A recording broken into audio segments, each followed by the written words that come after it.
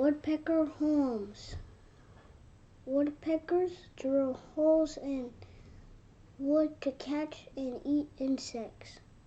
They can also create entire homes in trees for the winter.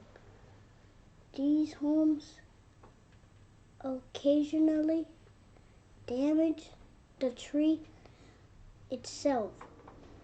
Some woodpeckers will confuse log homes for trees and try to build their homes inside human homes.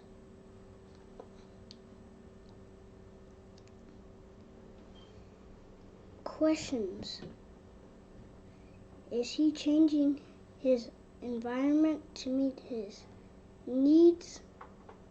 Yes. Woodpecker is using his beak to make his home by drilling into the tree. What do you notice?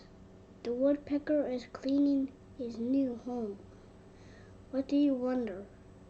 I wonder if his beak hurts when he drills into trees.